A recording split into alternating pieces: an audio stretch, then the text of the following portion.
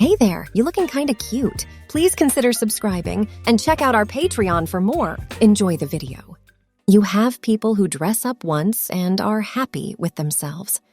On the other end of the spectrum are people who want to change into the gender they were not born as no matter what. Many people are somewhere in the middle of these two extremes. One of them is me. Like a lot of other people, I started getting dressed when I was young. Everything was too big for me, and I didn't have anyone to play dress up with, so it didn't happen very often. I had grown until I was almost the same size as my mom, so things fit a little better. Then I learned about underwear, girdles, nylons, dresses, wigs, hats, and heels. Almost everything you need to look your best.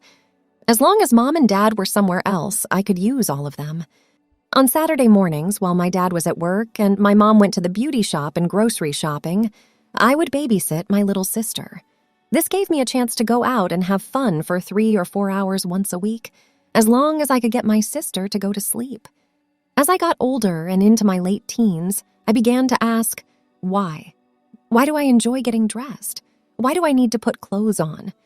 I had noticed that there were times when I always wanted to dress like a girl. No matter what I did, I couldn't get rid of these thoughts. When I was in college, I knew something wasn't right when I wondered what I would look like in my date's clothes. I was lucky that I lived in an apartment and could give in to the urge when it came. I got married in the end. It was very hard for me to tell my wife. Now that we're married, we're moving into our first home. After being married for only a few months, the urge to dress came back. We had to talk a lot, lots of tears, a lot of good news. My wife did exactly that for me. I also had to make her feel better. We finally came to an agreement of sorts. Throughout all of this, I couldn't stop thinking about that one question. Why? There's an old saying, I could fix it if I knew why. That was going to be one of my goals in the future. Kids, better jobs, and jobs that required travel all came and went. The need to dress stayed the same. When I wanted to do it, it was like an obsession. It wasn't always necessary to wear makeup and a wig to feed it. Life goes on and people change jobs. I got my own business. This gives me a lot of new responsibilities and pressures I didn't have before. These pressures seemed to be the reason why I wanted to dress more often. I often went home during lunch to get dressed, so I could work on my business in the afternoon. I have to tell you, that's not a good way to live. I hired a consulting firm about 3 years into running my business to help me make it better. They put me in touch with L. Ron Hubbard Business Growth Technology. Not only helped they with the business, but also with my mental health. I went through an initial screening. I was terrified that someone would find out I cross-dressed, so I talked about my business. After a few sessions and getting used to what was going on, I started to see the effects of what I was doing. I learned things about myself that were stopping me from building my business. And just like I thought, when I understood, I was able to make it work. I finally went to a session while I was feeling like I needed to dress. I decided right then that I needed to know why. So when they asked me what I wanted to talk about, I said cross-dressing and why I do it. I think it was one of the hardest things I've ever done. Okay, was the only answer. Let's get going.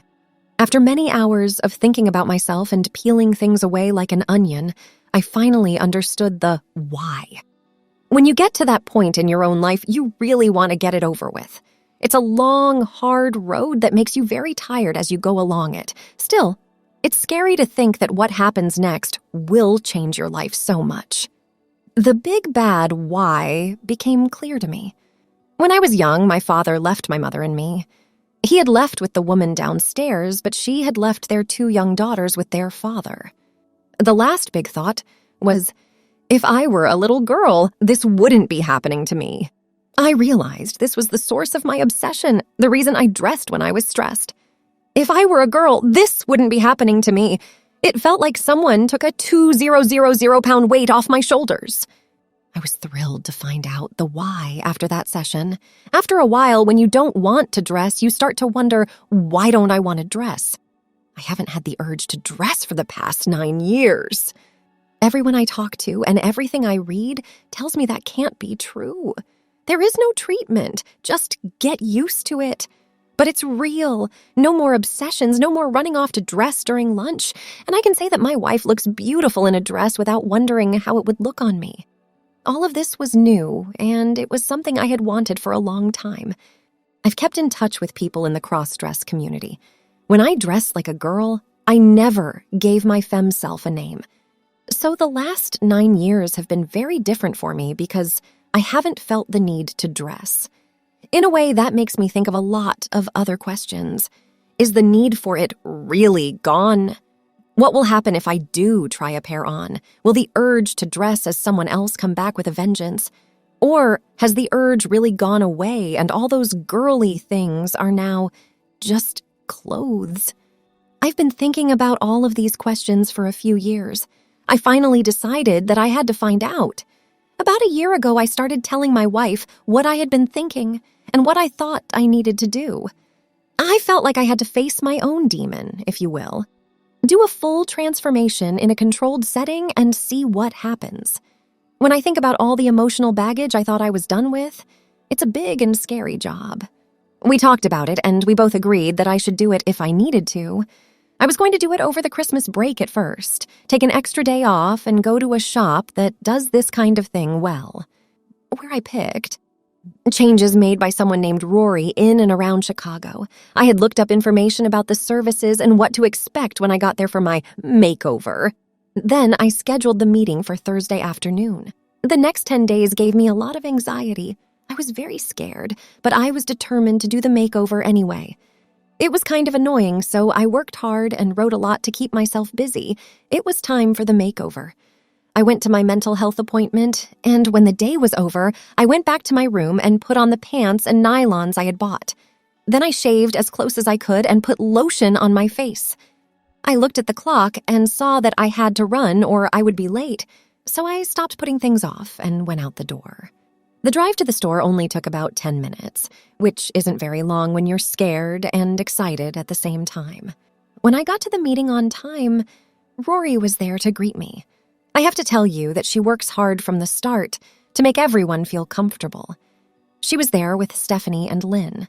After getting to know each other and making some small talk, we got to work on the makeover. I decided to rent everything I needed because I didn't plan to go out that night dressed. It wasn't what the makeover was for. Rory looked me over. She can see that right away. Then, as she looked at the clothes on the racks, she asked me what I wanted to look like. I wasn't sure what kind of person I wanted to be, so Rory suggested that I wear a jacket and evening dress in my favorite color. She chose a dark blue sheath dress with a jacket that went with it. I was ready to change clothes. She found me a pair of pumps with a 2-inch heel and set up the makeup area while I changed. It had been 9 years since I had put on clothes. I put on the dress and jacket and looked at myself in the mirror. Not too bad below the neck. Need to lose a few pounds, but that's fine. I stood in the room where people get ready and looked in the mirror. I had just put on women's clothes, and the only thing I could feel was relief that I remembered how. I just got dressed. When I came out of the dressing room, Rory was waiting for me with the heels, and she let me walk around the store for a bit so I could get used to them again. It took some getting used to when I wore heels for the first time in 9 years. The real work started when we got to her makeup station. She spent a long time on my eyes. Since I was wearing a long gown, she said she would go for a more dramatic evening look. Eyeshadows were mixed, eyeliner and mascara were put on, and the change happened in front of me in the mirror. She used some concealer to make my face look more feminine by adding highlights and shaping it.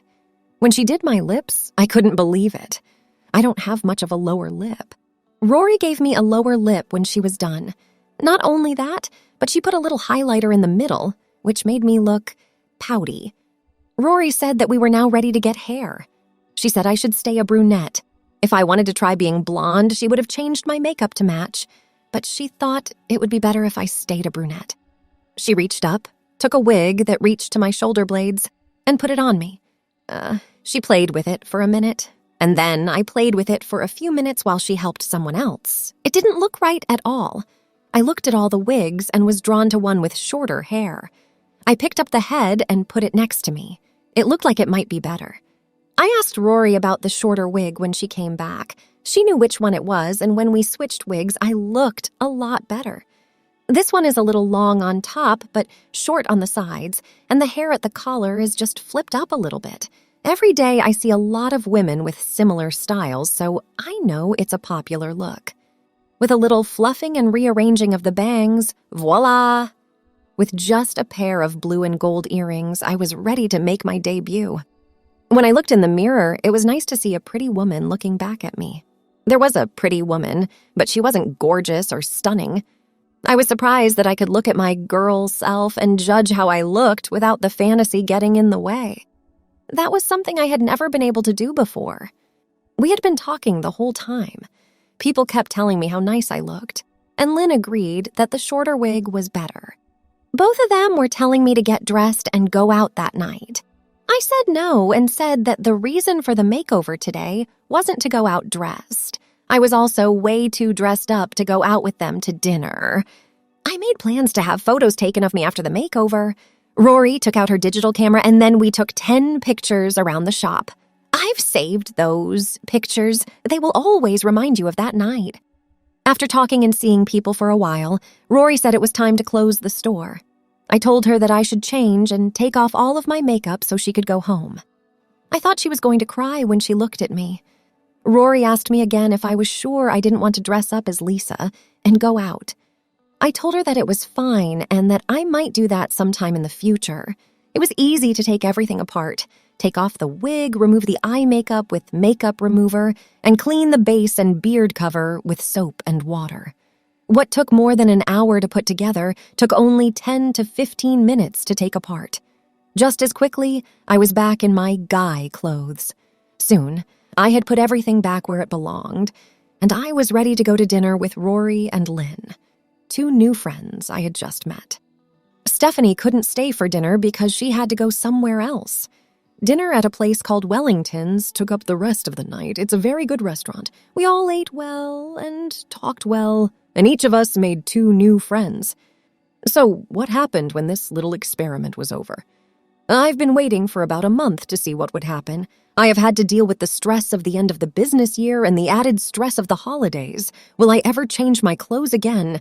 I have no idea. I can't say never or yes with certainty. Will I get another makeover? Again, I don't really know. Will I go out as Lisa sometime? Again, I don't have to do that, but you never know what will happen in the future. I have been asked to be a matron of honor at a ceremony where a friend is getting remarried. But it's just getting started, so I don't know yet. If it happens, then the answer to all of the above questions is yes. The parts of the change that would have been hard to see when the mind was upset were seen for the first time with calm and clarity. It was interesting to see Rory work her magic on my face. I took a close look at the finished product and decided that the hairstyle was wrong. So I bought a different wig. What are they? They remind me that I did this and came out of it stronger and more sure of myself. The biggest change for me is that I now know that cross-dressing. I now have the power. I no longer worry about it. That makes a huge difference in how my life goes. It's what I was looking for when I first asked why many years ago. Those questions have been in the back of my mind for the past 9 years. What would happen? I know what's going to happen now. If I decide to get dressed up and go out one night, it's because I want to, not because I have to. I have also seen that my yin and yang have come together over the past 9 years to make me the whole person I should have been all along. I don't have to dress like a girl to be kind, cry, clean the house, etc. I still find out new things about myself every day. I think this was a very important step for me as a whole. It was nice to hear that I look a little bit like my mom did 20 years ago. I didn't feel like I was in charge of my life at all. Now I'm the one in control. I'm a girl when I want to be and feel proud of it when I do. No need to hide it anymore. Thanks for watching. Be sure to check out Patreon for a lot more content and early access to YouTube videos.